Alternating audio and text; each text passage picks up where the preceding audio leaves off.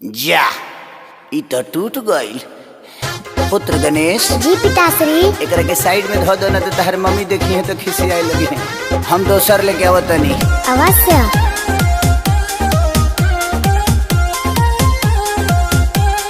पुत्र गणेश जी माते। तहार पिताश्री कहाँ बड़े? थोड़ी देर में आ रहे हैं माते। अरे जटा साफ करे ले जहिया ए बाबू तोड़ देले नए कहिया।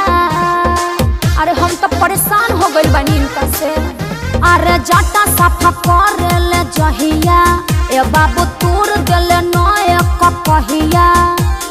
मम्मी तोहार खिसियाइल बाड़ी पापा से कही दा बबुआ काहे खिसिया तारी किया वाला बैठा गौरा हो देवी झारा दी लामी लामी केस। किया वाला बैठा गौरा हो देवी झारा दी लामी लामी केस। ई सब नाशा करावता। नासा छोड़ दीजिए पिताश्री।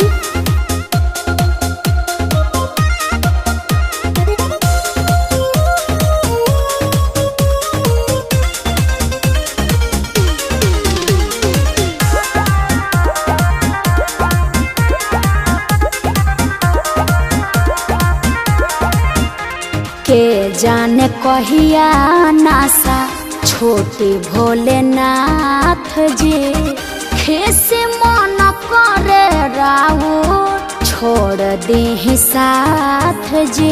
अरे ना प्रिय सुनी गहुरा जी यही से नरुसल करी खिसिया ही जानी हमरा और पौआ पड़ी। उल्टा सीधा काम सरौआ घरवा में होता बाटे रोजे कलेश। किया वाला बैठा गहुरा हो देवी झारा दी लामी लामी केस। किया वाला बैठा गहुरा हो देवी झारा दी लामी लामी केस।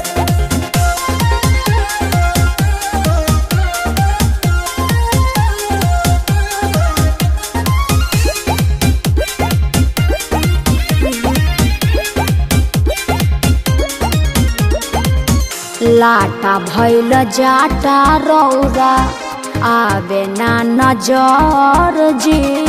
साल भर में सावन महीना नहाने देव घर जी। तले को कही टूटल तान